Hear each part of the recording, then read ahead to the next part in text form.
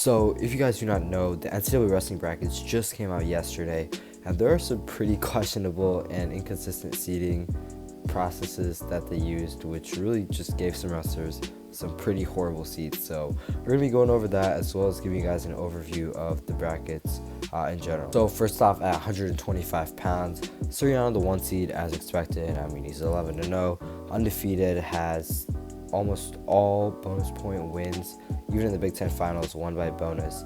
So expected to be number 1. And then Arujao recently beat out Glory at the conference finals. So he gets a 2 seed while Glory gets a 3 as he beat out Brandon Courtney earlier on in the season.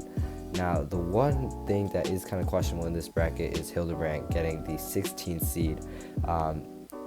Prior to Big Tens, he was having a pretty good season. I mean, he only had 1 loss, and that was to Nick Suriano, and it was a 3-2 match when they wrestled each other. So he was doing pretty good. Of course, did not perform the way he could have at Big Tens. He went 0-2, did not place, but I don't really think he should have dropped to the 16th seed. I feel like he should still be like a top 10 seed and not have to go against Suriano in the round of 16. So not the most favorable seed for Penn State here. All right, then we do have 133 pounds where RBY, of course, the returning NCAA champion, the 1 seed, undefeated Big Ten champion. Then we have Daton Fix, the 2 seed NCAA finalist, and he was undefeated this season as well, won his conference, the Big 12. But where it gets kind of crazy is Austin Desanto somehow is not the 3 seed, and he's not the 4 seed. He's the 5 seed somehow. Really have no idea how this happened. The 4 seed are Corbin Myers, who has 1 loss, and then Michael McGee, who has 2 losses. So I really think Desanto could have been seeded higher than either of these guys, because if you look at his 3 losses, 2 of them are to RBY, who's a returning NCAA champion, and the other one is to Daton Fix out at the ballpark, which was, I mean, it was a somewhat close match, and Fix is a returning NCAA finalist. So you kind of have to take into account the quality of wrestlers he wrestled, which is why he does have 3 losses. Really think he should have been the number 3 seed here, but due to this unlucky draw, he's probably going to face RBY in the semis. Then at 141, Nick Lee, the 1 seed, Big Ten champion, undefeated, 17-0, and Jayden Eierman, the 2 seed. I agree with that. He has 1 loss, which was to Nick Lee, while Sebastian Rivera is the 3 seed.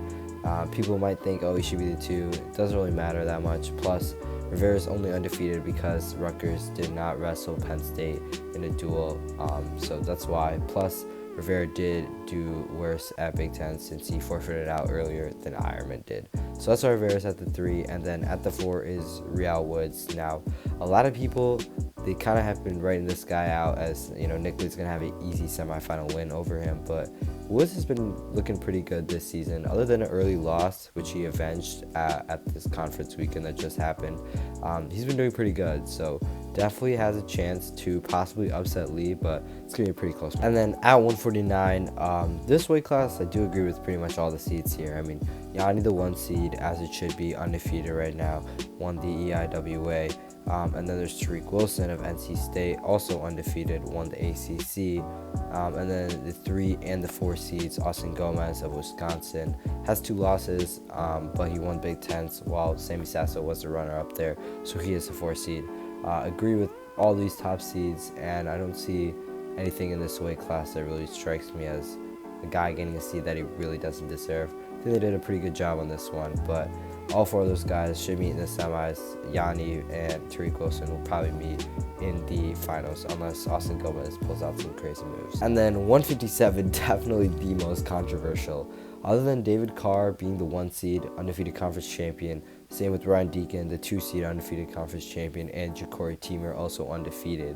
Other than those 3 top seeds, everything else is just, in my opinion, crazy. I mean, if you just look at the top part of the bracket, Brady Berge is the 16th seed somehow, even though he did pretty good at Big Tens. Doesn't have a lot of losses on his record, even though he didn't wrestle a lot of matches. But Caleb Young somehow the 9th seed? Like, how was that possible? Young just lost to Berge twice at Big Tens just this weekend, so I have no idea how he is seeded over him now. Just does not make sense to me. Don't know how they got there. They really should broadcast the seating meetings, because I genuinely want to know how they got to this conclusion that Caleb Young is better than Berge. But now David Carr, even though he has the 1 seed, he's going to have a tough draw because Berge's going to be a tough opponent to wrestle against in the round of 16. And then after that, Carr's either going to have Young or Will Luan. And then after that, he's going to have Ed Scott, who's just been a tremendous young guy who's been doing really good right now in the ACC. And then at 165, in my opinion, the deepest weight class of the year, Evan Wick getting the 1 seed as expected. He's undefeated right now. Did really good and beat Shane Griffith this season twice, I believe. So he's been doing really good, while O'Toole is getting the 2 seed, undefeated champion in his conference as well.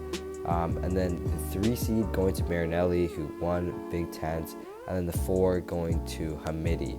While even though Hamidi got 3rd at Big Tens, Amine gets the lower seed.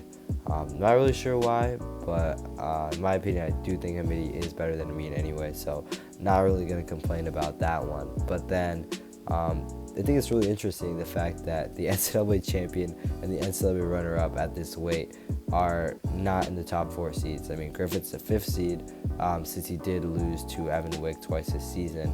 And then Jake Wenzel, who is like 15-6, I believe, right now, for Pittsburgh, is like the 10th seed. So not that I don't agree with that, I just think it's kind of crazy that they went from 1st place and 2nd place to be the 5th seed and the 10th seed. And then at 174, another deep weight with Starocci, Big Ten winner, undefeated, getting the 1 seed.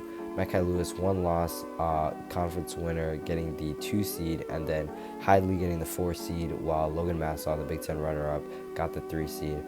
Guessing they seeded Massaw higher than Hidley because he did have 2 more wins.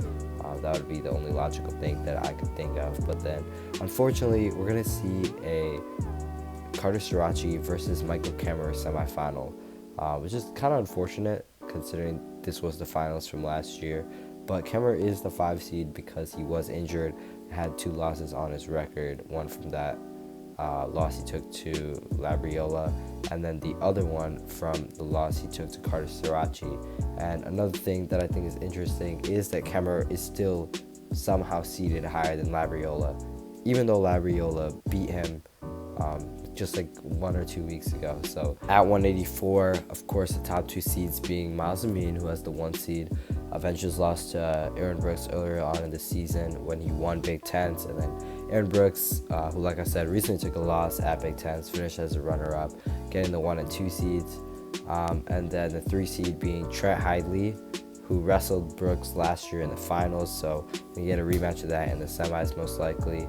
And then there's Parker Kickeisen, who's just been an outstanding freshman for UNI. He's going to definitely present a challenge to Myles Amine in the semis. So probably will have some good, close semifinal matches, but I would agree with pretty much all the seeds in this bracket as well. Not much I would change. At 197, I agree with pretty much all the seeds here as well. Max Dean, the 1 seed, only has 1 loss, which was to Cam Caffey, which he later avenged at the Big Ten tournament, and he ended up winning it. Then there's Steven Buchanan, another conference winner, only has 2 losses on the season, and he's been a stud for Wyoming. And then the 3 and 4 seed, both Big Ten guys. Brucky getting the 4 seed from Michigan, and then Schultz, who finished as a Big Ten runner-up, getting the 3 seed. So there's gonna be some pretty good matches in this bracket. I mean, Caffey versus Dean. There's gonna be a rematch of that in the round of 16. Then there's also Younger Basita, who could shake things up when he wrestles Steven Buchanan.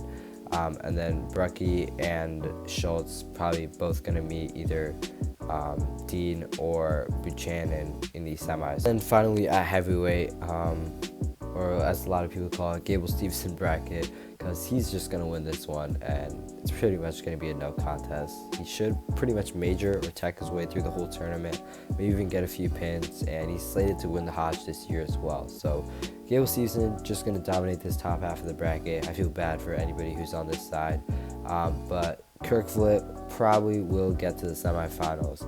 Then on the bottom half, Cassiope getting the 3 seed, and then a lot of people who didn't really see this guy coming, Colton Schultz, young wrestler who a lot of people don't mention because when they think heavyweights, they usually think of the Big Ten. But Schultz, he's been a beast for ASU, undefeated on the season, and probably going to meet Gable in the finals and should be one of Gable's closer matches of the year. Yeah, it's our video talking about the brackets that just came out.